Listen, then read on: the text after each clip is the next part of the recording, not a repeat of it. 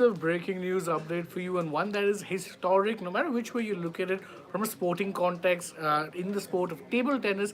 As far as the Paris Olympics are concerned, the Indians men's and women's teams have both secured qualification for the Paris Olympics basis their world rankings. Why is it historic? This is the first time it's ever happening in the history of the Olympics that India will be sending either a men's or women's teams for the table tennis event. So it's massive. Two each.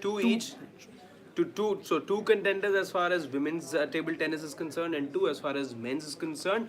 Now you would wonder how and why this has happened. Well, it's happened, as Shane said, on the basis of world rankings. One of the teams positioned 13, the other position The 15. men's team are 15th in the world and the women's are 13th 13 in the world. So you have to be within the top 16 if I'm not mistaken. Now, to what be what had qualified. happened a couple of weeks back, and let's just go back to the month of February, where you saw the ITTF World Championships takes place, and it didn't turn out to be the kind of outing that both the teams would have wanted it to be. Pre-quarters is where we saw the teams exit. Now you needed a quarter-final finish for there to have been a direct qualification, but even then some of the estimates suggested that there won't be a change in world rankings, and it'll be through that route that both the teams will be qualifying as far as Paris Olympics is concerned. 4th of March was the deadline for these calculations to take place. Today was the cutoff, and now that the deadline has been met, now it is confirmed that both the men's and the women's TT teams will be headed to Paris,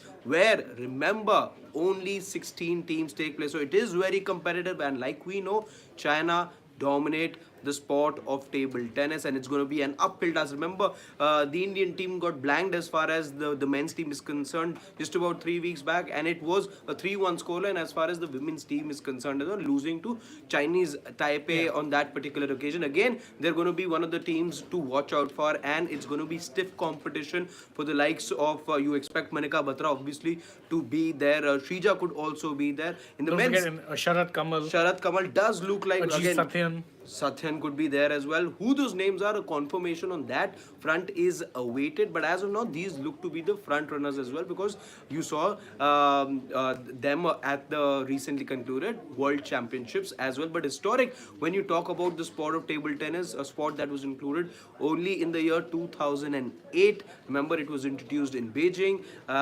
There were some rule changes as well to stop the Chinese domination. Exactly, in the because sport. at one point, the Chinese athletes, so dominant were they in this sport, that they were basically not only contesting the final, they were also the two Chinese athletes would be contesting the third place playoff, which basically meant China were guaranteed 3 medals come what may in that sport. They had to change the rules and ensure that for the singles, you only send 2 competitors. And by the way, the other advantage for the teams qualifying, the teams, of course, are teams of 4 or 5. I'll have to recheck that. But you also get to send 2 competitors on both the male and female sides for the singles draw, which is of course the most prestigious, because again, singles draw is where the glory is at. You win there, you're winning and losing off your own merit. Of course, if any of you are thinking, is this a medal prospect, hold your horses, because again, table tennis is one of the most competitive sports when it comes to Asia.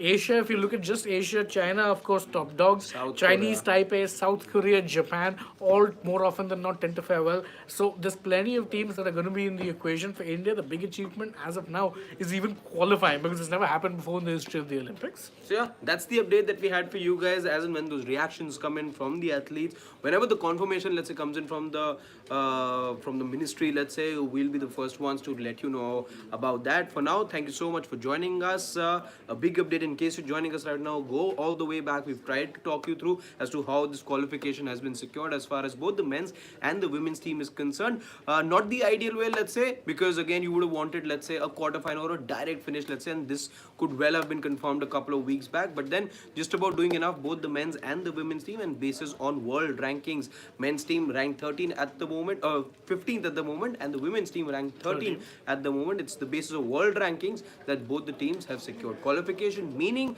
that India get 2 slots as far as the women's discipline is concerned, and 2 as far as the men's sport is also concerned. More on that as the story develops in the times to come. Thank you so much for joining us right now. We'll take your leave.